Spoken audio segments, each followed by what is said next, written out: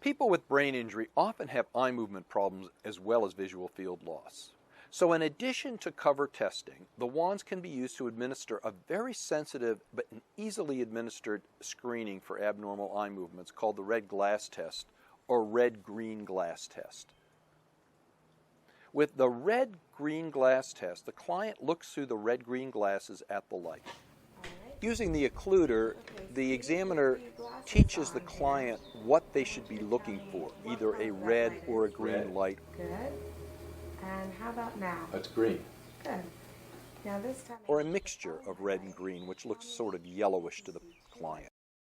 The examiner flashes the light while moving it to test the full range of eye movement, as well as convergence. If the eye has a limited range of motion or cannot converge, the eyes will not move together and a strabismus will result. And the client will report seeing two lights. Now this time I want you to follow my light and tell me if you see two lights at all. Okay, I see one yellow, two.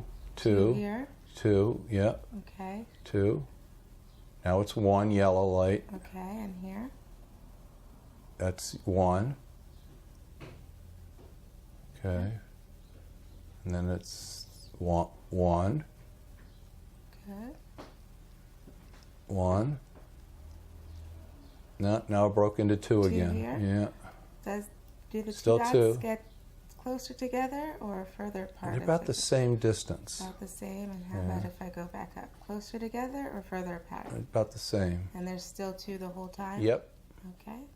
There's one right next to the other. Good. Now, Tell me when it splits into two. okay, still one. Okay, now it's two. Two Just, here? yeah, very close. This test will elicit diplopia in cases where a person would not report a problem without the red-green glasses test. So it has very high sensitivity. The small light on the black background allows the double vision to be seen more easily than using a larger pen light.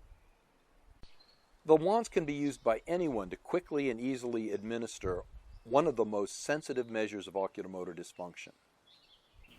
The test is only valid if a person has intact visual fields, so confrontation fields should be performed with this test. And fortunately, the wands can be used for measuring confrontation fields as well as evaluating eye movements.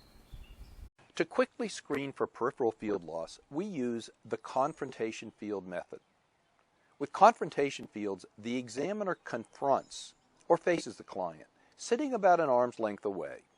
The examiner has the client look at her nose or eye throughout testing. Traditionally, we then position our hands in the periphery between the client and examiner and ask people to count fingers or detect a finger wiggle to determine if the client can see or cannot see in an area of the periphery. Steve, I'd like you to keep looking at my nose. Okay. As you look at my nose, tell me how many fingers you see here. 3. And here. 1. And here. 5. Here. 1. Here. We found that when testing people with brain injury that this method did not give us precise and reliable visual fields. So we developed an instrument that we call the wands. The wand is made of durable ABS plastic and is less than a foot long. It features a wide viewing angle LED which can be dimmed with a knob on the bottom of the device. It also features a cupped occluder head, so it can double up as an occluder, making it very useful for monocular confrontation testing and eye movement testing, if used as a pair. The front of the occluder head can accommodate magnetic fixation targets or light filters. The trigger switch to toggle the LED is ergonomically located on the side of the wand handle.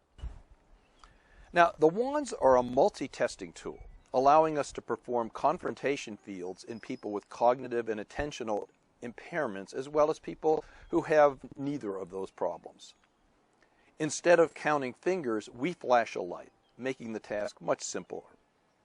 With the wands, we can measure fields more precisely and reliably than using hands.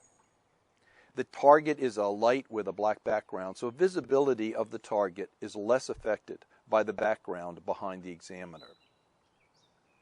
The target is also small, allowing us to more precisely measure the extent of a blind area than with hands. So now, still looking at my nose, I want you to point to the target when you see it. Good. Good. First, we test an area expected to have normal vision to make sure the client understands instructions, asking the client to point to or tell us when the light flashed. Good. Sometimes clients who cannot suppress saccades will look at the light as soon as they see it. Good. Then we test the area where we suspect a vision loss, being very careful not to be predictable. Then we move the continuous lit target to define the edge of a blind area. Now, note with the wands, we can do this without giving away our target motion by moving our arms. And this is a problem when you're measuring confrontation fields using the traditional method of count fingers or looking at a finger wiggle. Functionally, we test both eyes first and then can test with each eye as well. The wands are constructed like an eye occluder, so one wand can be used to cover an eye for monocular testing.